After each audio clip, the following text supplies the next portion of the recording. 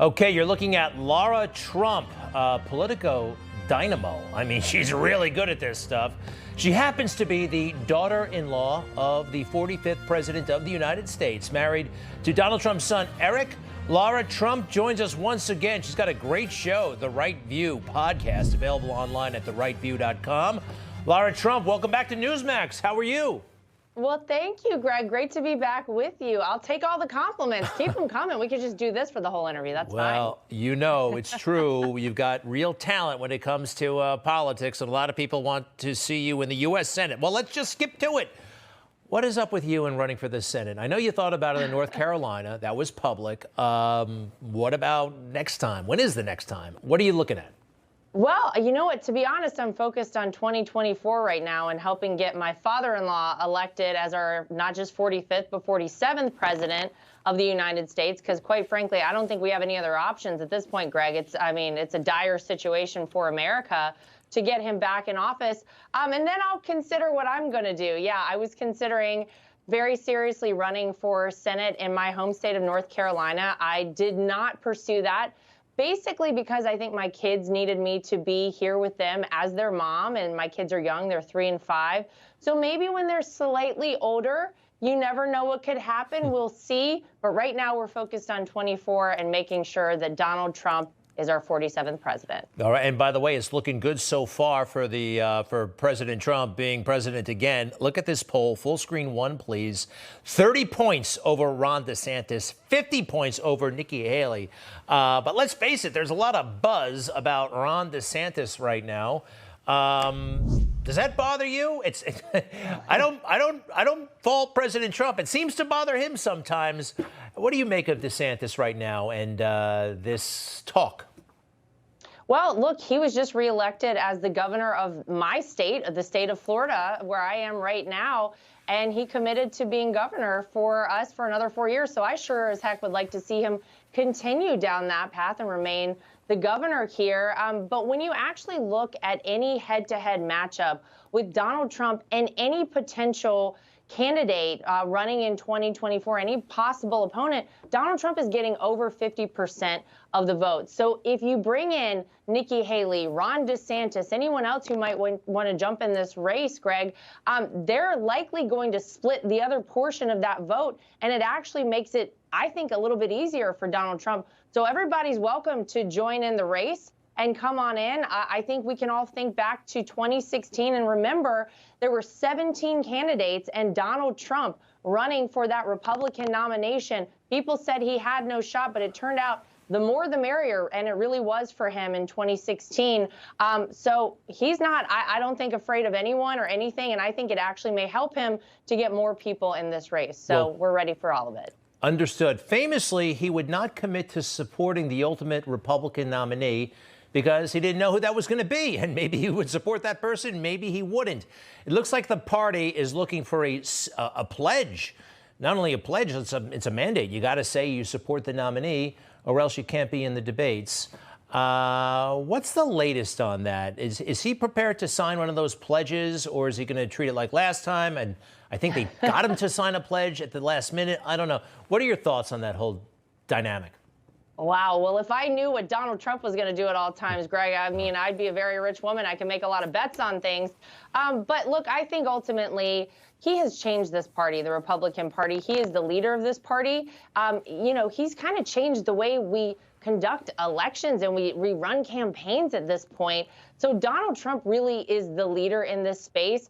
That said, I think he wants to see our party move forward. I know he wants to see America move forward and Americans prosper and this country get back on track. And we know we can't do that with the Democrats in charge of America. They've proven that very quickly. Sadly, in the 2 years that they've had the power, we see how quickly America has disintegrated at this point. So I think his goal is to bring America back, and I think he knows he's the person to do that. But I think he's supportive of anyone who could accomplish that task for the country. CPAC is this week. Actually, it starts tomorrow. You're going to speak. President Trump is going to speak. And CPAC has always been, well, very good to President Trump. And he's been good to CPAC. Here are some highlights over the years. Do me a favor, hit cut 3.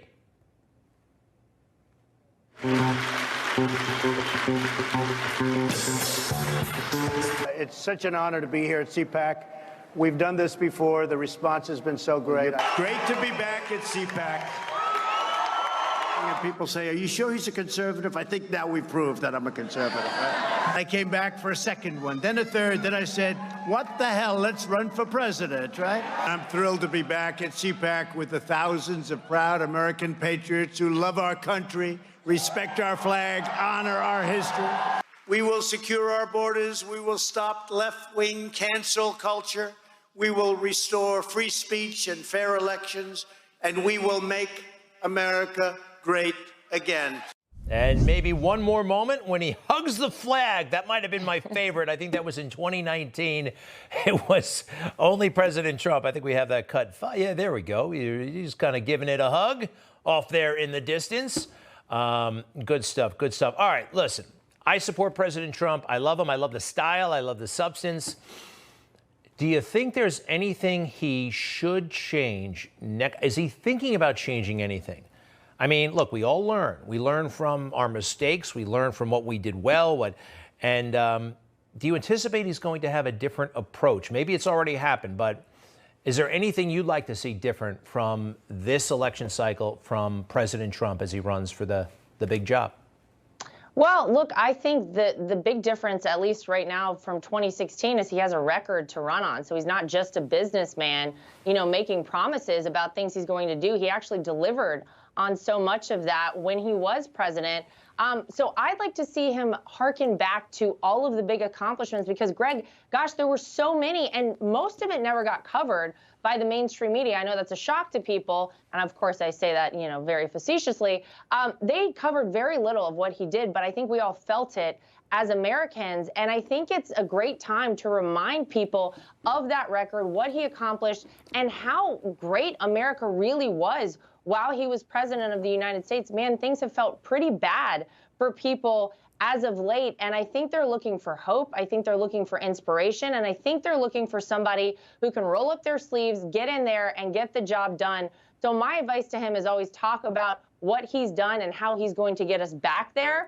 That's the greatest advice I could give. But you know what? He is a unique person. Oftentimes people question the things that he's done, and they question it in the moment, and then they look back and they say, man, Donald Trump was right about the way he approached that, the way he did that. So the best advice I could give him is talk about what he's done and how he's going to do it again. So thank you for your assistance. I know you're rooting for Newsmax in our little yes. difficulties we're having with AT&T and DirecTV. You've been supportive on your platforms, and we thank you for that. And I hope it doesn't happen to you. What happened to us? Oh, well, they've tried. I mean, an interview I did with my father-in-law about a year ago, they took off of all the social media outlets and, Facebook, the first one, and then, of course, YouTube. So, you never know these days, Greg. It's really frightening to be a conservative, but I think we all have to continue to speak up and speak out, make our voices heard. And quite frankly, it's why we need a conservative back in the White House, someone who's going to stand up for our freedoms, our First Amendment freedom of speech, because it does feel like, and there's evidence of it happening to Newsmax and OAN, that we are being silenced at every possible turn. So yes, I'm supportive, and let's continue to take this fight to the man, as they say.